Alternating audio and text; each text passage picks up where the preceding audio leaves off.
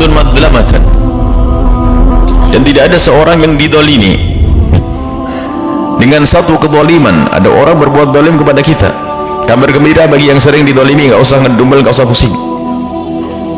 Barang siapa yang pernah didolimi oleh saudaranya atau kerabatnya, sahabatnya dengan satu kezaliman, fasabara, kemudian sabar, sabara alaiha, sabar atas kezaliman tersebut, ila zadahullahu izza, kecuali Allah akan tambah kemuliaan. Allah ditambah kemuliaan yang sesungguhnya mulia di hadapan Allah Subhanahu wa ta'ala. Kezaliman yang dilakukan oleh seseorang tidak harus kita balas dengan permusuhan, akan tapi ketahuilah hitungan kita ini ada nanti di akhirat, dan kita punya Allah Tuhan yang selalu ada di antara kita dengan saudara kita. Kalau kita berurusan, dan memang cara bagaimana kita menjalankan hidup ini dengan benar, jadikan Allah di tengah-tengah kita. Maksudnya di tengah-tengah kita itu di antara kita. Kalau kita urusan dengan saudara, harus kita yakin ada Allah. Bukan Allah bertempat, bukan. Allah tidak butuh tempat. Maksudnya apa? Selalu kita hubungkan dengan Allah. Aku berurusan dengan tetanggaku, ada Allah di situ. Aku berhubungan dengan sahabat, ada Allah. Bahkan di saat dizalimi, di saat dia bersedekah, ada Allah. Di saat dizalimi, nah ini adalah imal ba'swat. Di saat memberi, dan di saat memberi infak, nafkah, tidak akan berkurang dari hartanya. Dan di saat dizalimi pun ternyata tidak akan rugi, asalkan dia sabar.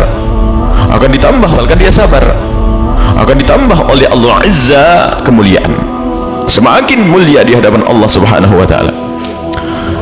Permasalahannya adalah beratnya orang untuk bisa bersabar di saat dizalimi, apalagi yang punya kemampuan untuk bisa memberontak, membalas, dan seterusnya. Dan begitulah setan tidak akan diam melihat anak Adam ini mau masuk surga, sehingga yang berbuat zalim itu masuk neraka terlebih dahulu. Yang berbuat zalim masuk neraka terlebih dahulu. Saudara yang merebut waris, tetangga yang curang urusan pertanian, atau macam-macam. Orang yang berbuat zalim neraka, setan bertepuk tangan. Kemudian yang dizalimi, kalau dia sabar, wah semakin mulia surga tempatnya.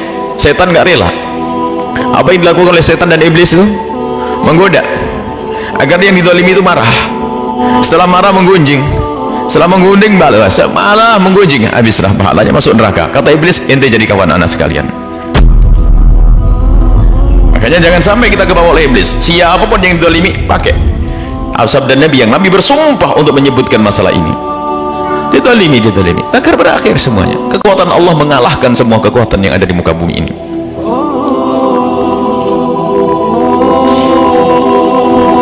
Tapi permasalahan kita adalah ketidaktabahan kita, ketidaksabaran kita. Dan kadang bisikan syaitan menjadikan kita tidak sabar. Itu tadi, adik yang direbut warisnya oleh abangnya yang seharusnya dia masuk surga, ternyata dibisiki oleh setan untuk menjadi marah dan dendam, selalu setiap hari menggunjing dengan istri dan anaknya. Kalau Pak Demo itulah yang mengambil harta kita, habislah setiap hari. Sehingga yang merebut waris itu masuk neraka, yang direbut juga masuk neraka. Senanglah setan. Maka jangan dibantu setan untuk menjerumuskan diri kita ke neraka jahanam. Tidak.